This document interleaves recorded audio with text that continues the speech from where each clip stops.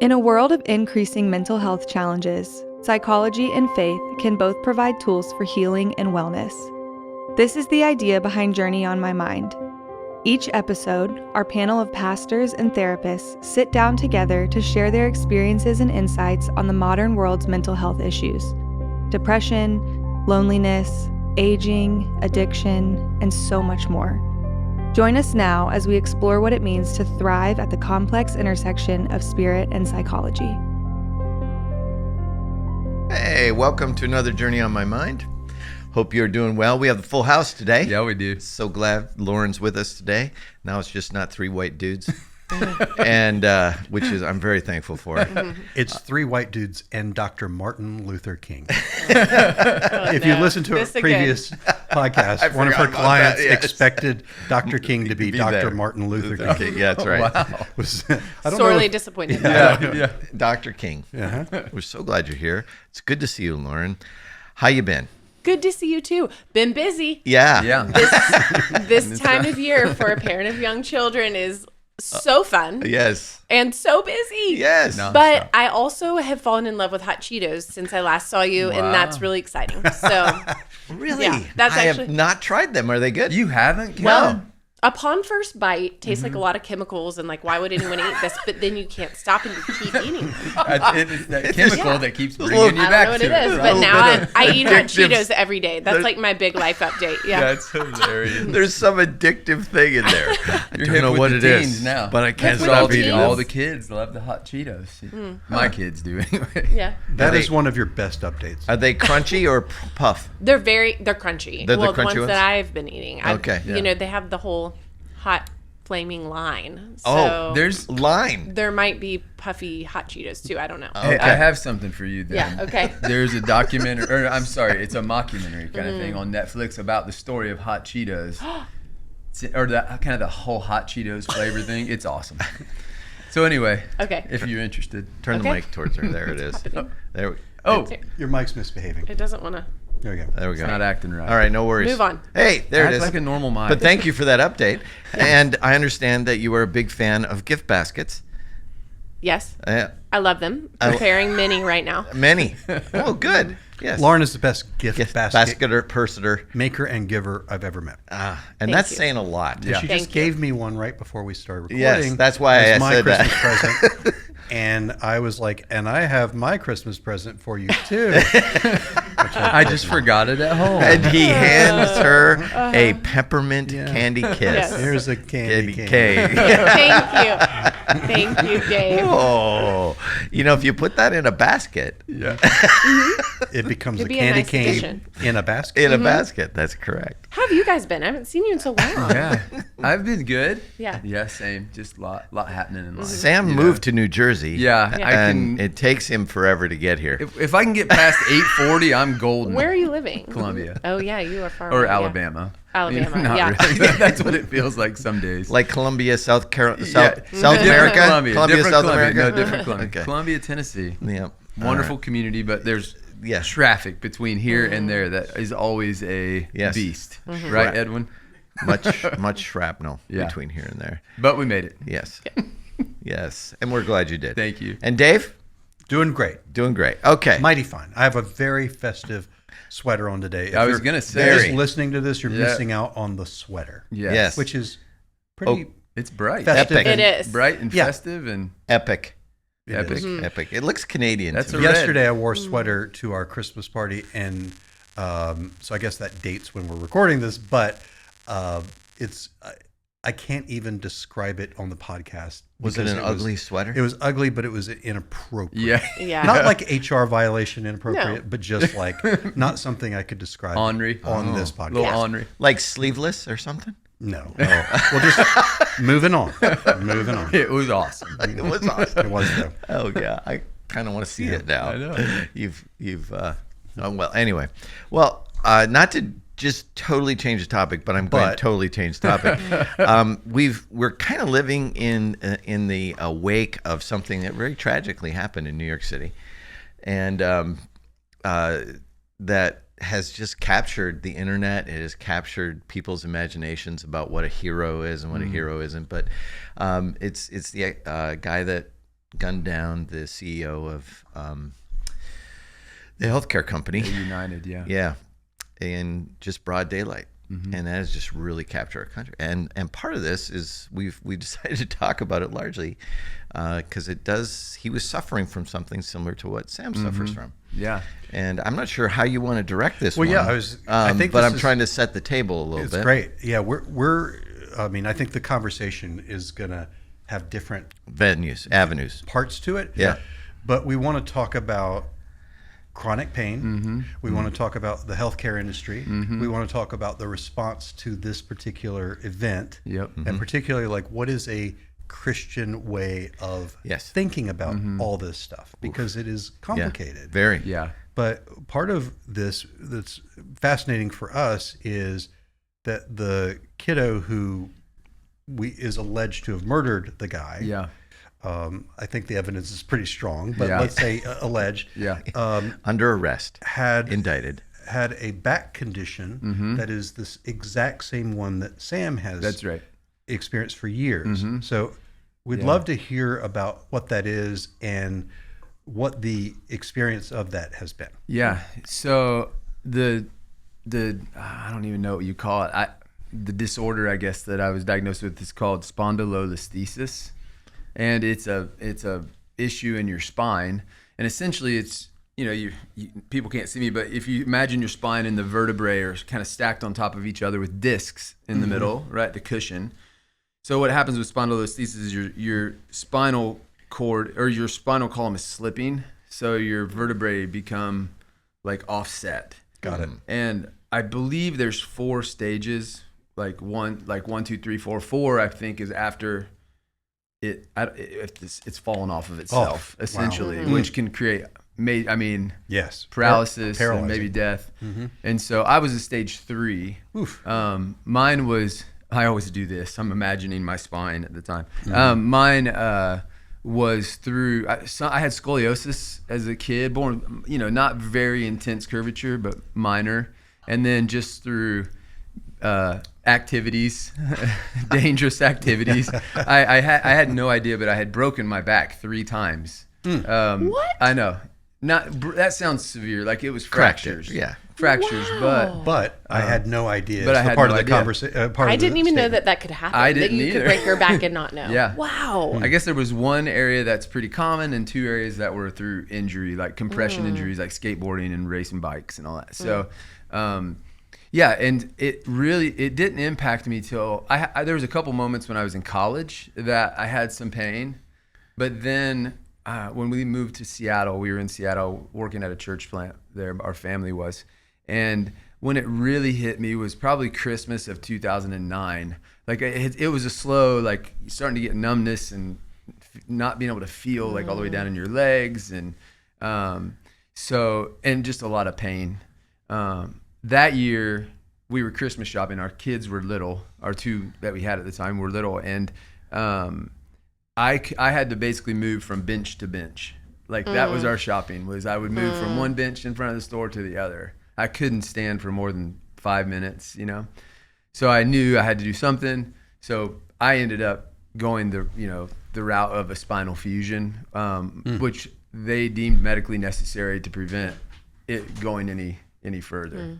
So, and it's brutal. It's very painful. The procedure is, or the condition is? The condition is, and my doc was like, hey, look, you're never going to have the back of an 18-year-old again, but if this is successful, right, hopefully you'll live with a lot less pain. Okay. And mine would be probably considered successful because I still deal with pain quite often, but maybe nowhere near the intensity that it was. Huh. So 2 questions. Yep. Give us a kind of put us in your head, and what was the experience of that chronic pain like? Yeah. How did it, to what extent did it affect you? How did it affect you? It affected me, I think, pretty deeply psychologically with I was very depressed at the time. Part of that was just feeling kind of alone in it, right? I look healthy, normal, super handsome, right? Like all those things, And okay, all right. The tall's debatable. Anyway, but It was just very lonely. It felt like I look normal, but I hurt like stretch, semi-normal. Okay, there you go. But to the point that I couldn't move. Yeah. So there was shame that went with it. There was a lot of embarrassment. And I would push. Part of my problem is no has always been hard for me. Like boundaries are something I've done a lot of work around, and I don't think they were very strong even in that season because I did a lot of things that I should have said no, like, hey, can you come help me move this couch? Ooh, yeah. Right. And I would push through it and, try and make it happen. And then, I would regret it. And my family would be the one that would suffer then because I'm laid up for 3 days trying to, be kind and help somebody. So there was a lot of cycles that I feel like it created too, for me. Mm-hmm. That's intense. Yeah. Yeah. Did you have any hassle, complication, delay with getting help for it? It's awful trying to navigate the healthcare talk about system. that. Well, I think part of it, looking, again, debatable, but young, healthy, kind of at 30 going in with this back great issue. Looking. Yeah, great. I felt, because when things happen, sometimes the only thing I ever knew to do, you go to the doctor or you go to the hospital if you're hurting. But then you felt like there was this weird, I felt like there was this weird view of you. Like you're just trying to go get medication or you're just, so there's all that dance that starts to happen like you're too. drug seeking. Yeah, like you're drug seeking opiates or something. Yeah, all you want is to not hurt, Yeah. And so and then there's that cycle that people go down, like so you already have this pain, but then you get in the mess with all the different opioids and medications, and then those seem like they help, but then you're in this other cycle that you have to, wean out of, and it just creates a whole, it can be really hard. So were things that were complicated like painkillers easier to get than other things that you found to be more helpful? Oh, yeah. I can tell you a great example. Yeah. So at the time, and this was the early, like 2010 is when I did the surgery. So before that, they're doing less invasive treatments like medications and all that before they, threw me on the table. But, they start out with, with like lower dosage, lower powered like opioids. And then you're at like, what's the one that the like Oxycontin, right? So, I mean, it's that whole world of drugs. And there was one that was so helpful for me because I had arthritis. The discs were completely gone. I have a bunch of fake discs back there now. It's called Voltaren gel. Yeah. Right? And it's over the counter now. Like $20 or something. Now. But it used to be only prescription until probably the last 10 years. So it was only prescription when I needed it. And I think our insurance, it was like $800. That was through insurance. For a tube of this gel.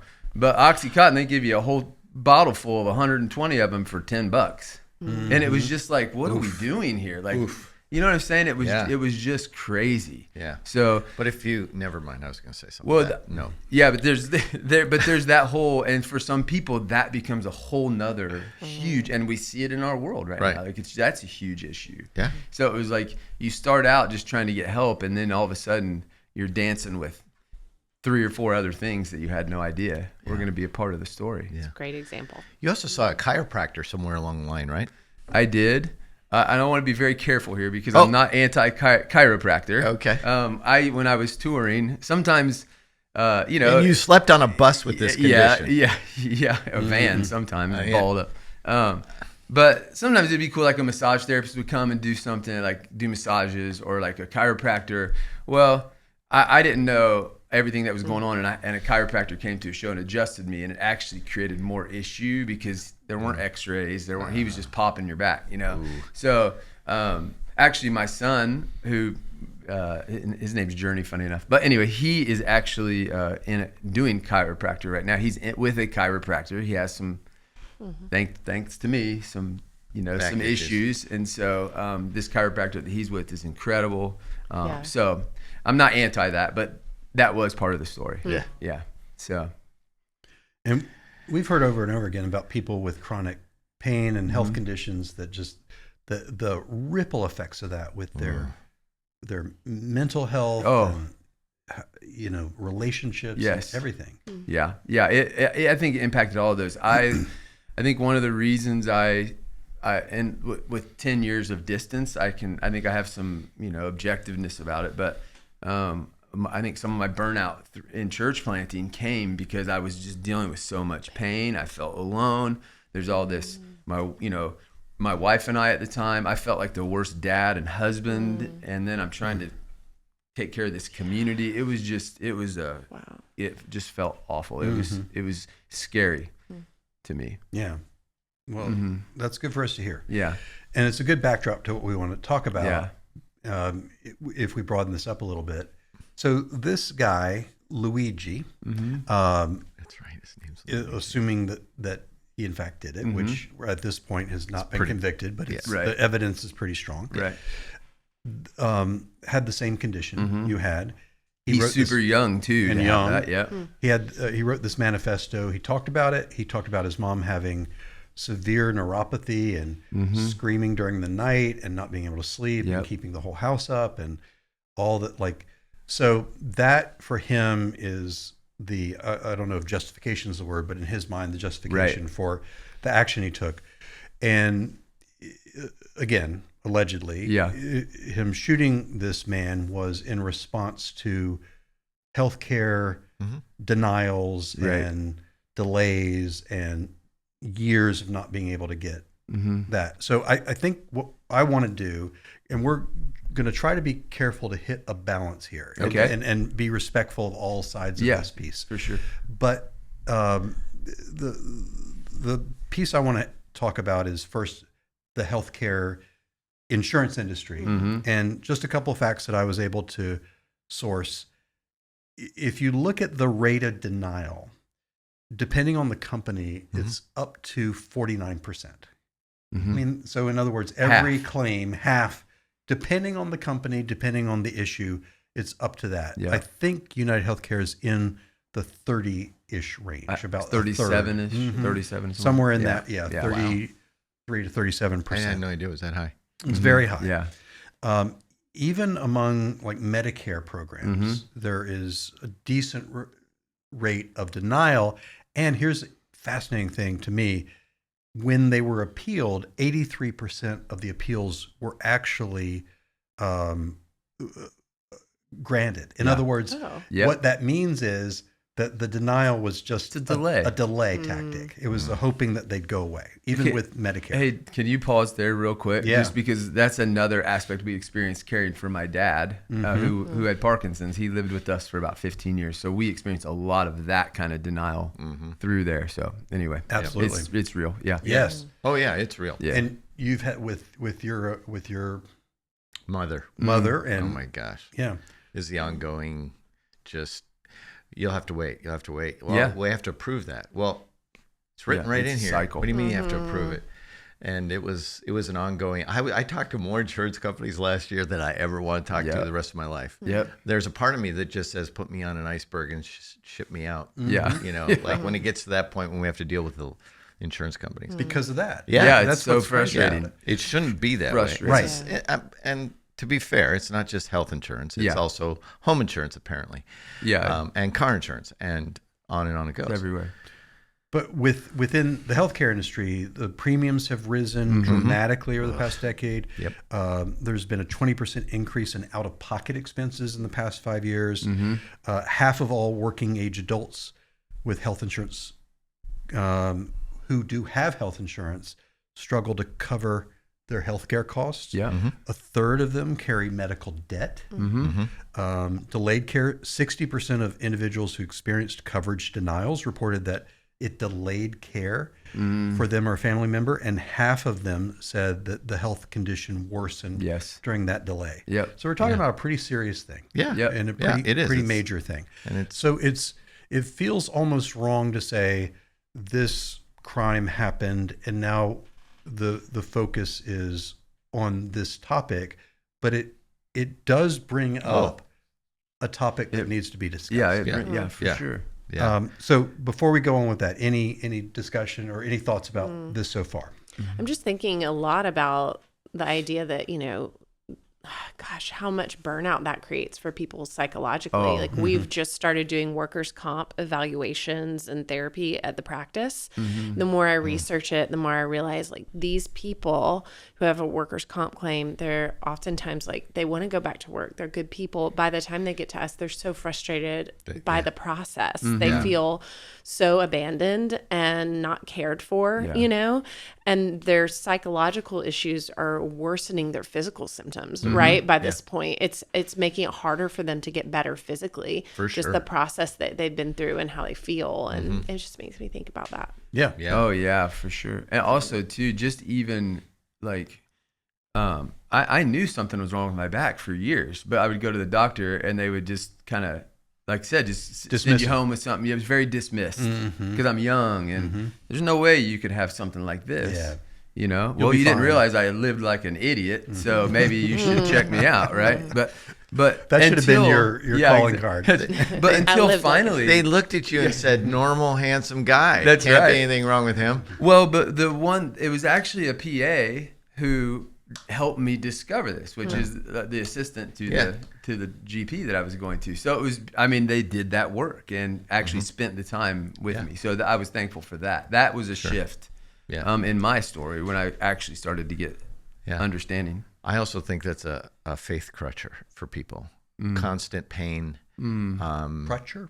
Crusher. Oh, crusher. Oh, yes. Faith crusher. Oh, gosh. Because it's like, where's God in this? Yes. Why won't he deliver me? I've had people pray over me. Absolutely. I've done all these things, and I've had the elders anoint oil over me, and yet this pain won't go still away. here. Yeah. And there's chronic physical pain, and there's also chronic emotional pain. There's some Yes. people that have chronic mental health conditions where the pain is, and I've had many clients, I'm sure you have, say, I can take physical pain, but this is just, you know, this anxiety makes me want to just jump out of my skin. And or Lauren's die. right. You do the dance between. It's that one kind of adds to the other, and it becomes this secular, like you feel bad and you hurt and you can't do the things you normally do, and so you feel depressed or so it just creates this cycle of and aloneness. I heard you say a number of times alone. That was the hardest thing for me. It's isolation. Very isolating. It isolates you. So to go another step further, Oh, boy. this is the part that I think we also need to be reckoning with this story, because again, I think this conversation is actually 2 or 3 or 4 conversations. For sure. Yeah, for sure. It's a deep one. And we could follow up as we need to, but the response to this guy has been, I guess, distressing, fascinating, which is that there is a whole vein of the population that's like, good for him. Yeah. And we've talked on the podcast about this concept called dialectical thinking, which is the ability to hold 2 things that are in tension with each other together and both being true. Yep. It feels like there's a massive failure of that. It's like you have to say, good for him, he's kind of this hero, or he's this, or we have to focus on this other topic, and I think what we can say is, isn't it fair to say we can't live in a world where people decide on their own to go kill someone because of a grievance? I don't know that that's a world we could reasonably live in. Right. And yet the grievance he has can be something that we need to reckon with. That's right. And not to kind of paint him as this sort of hero, but you guys might see it differently. I think it's possible to go, what he did was wrong, and his concern is absolutely valid. Yeah, absolutely. I mean, I've just, because of, wow, this kid had the same thing. Like, it drew my interest a little bit.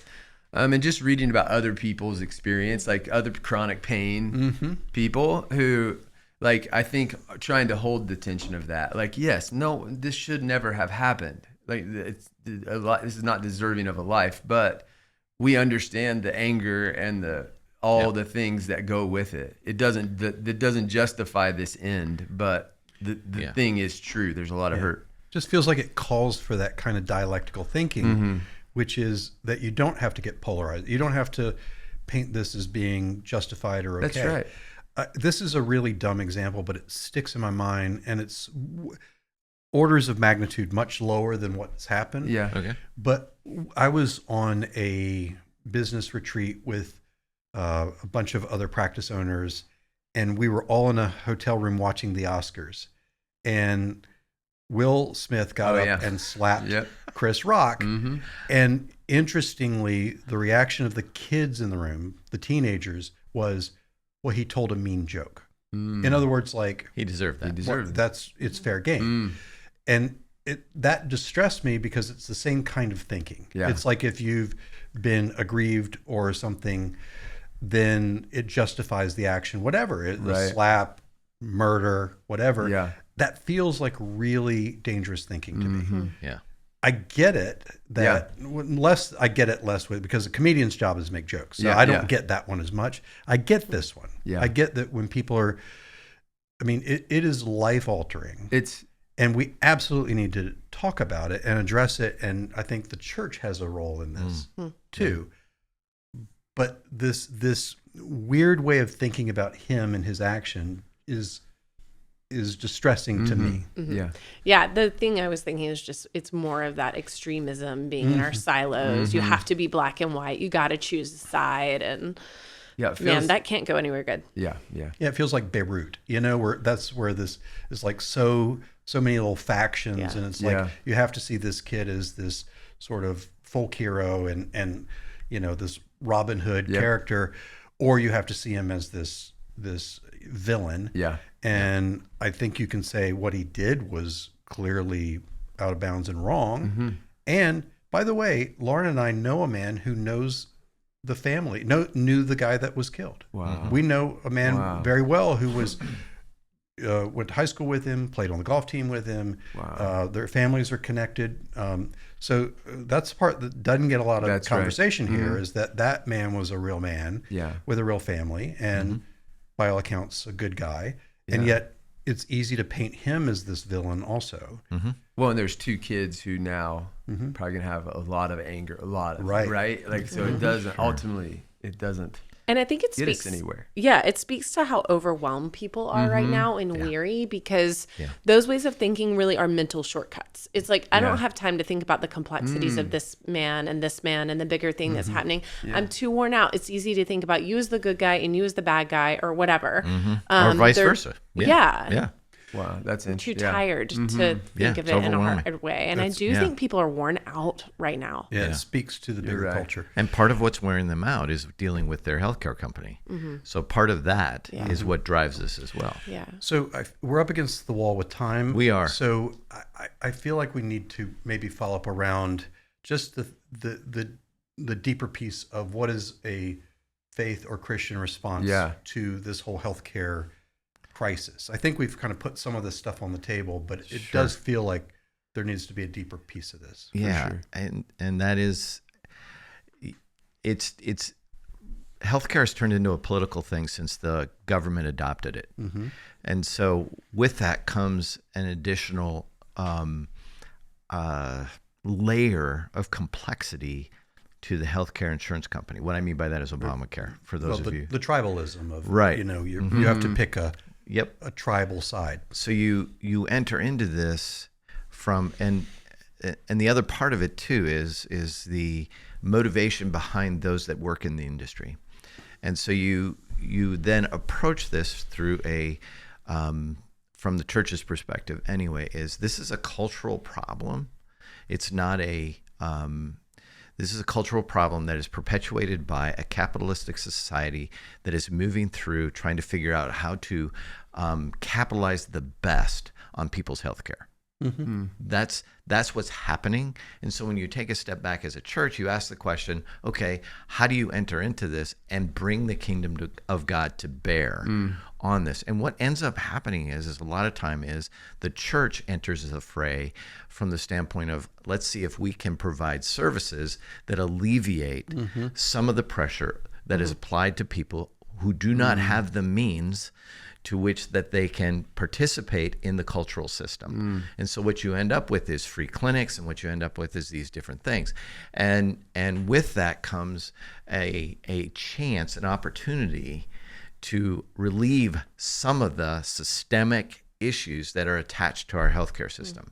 But what ends up happening oftentimes is they're stigmatized by the system. The system says that's inferior care, when in reality, most of the time it's actually superior care, because people are volunteering their time in such a way that they say, look, we can't solve this problem for you, but I can get you into the system in such a way that it will be solved for you. And so if it's done well, it becomes something that actually becomes a force of bringing some good to a bad situation. Cool. Can I say one more little thing?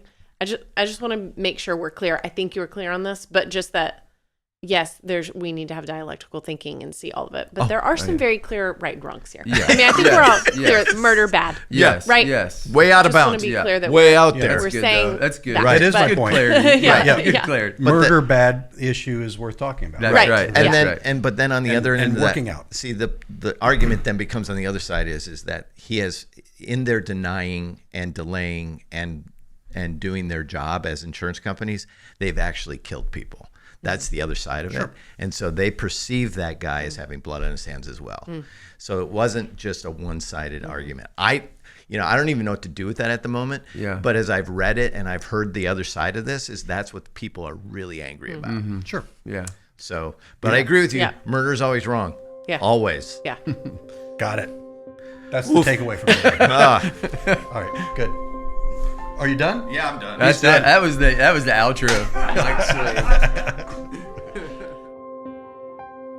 Thanks for listening to this episode of Journey on My Mind.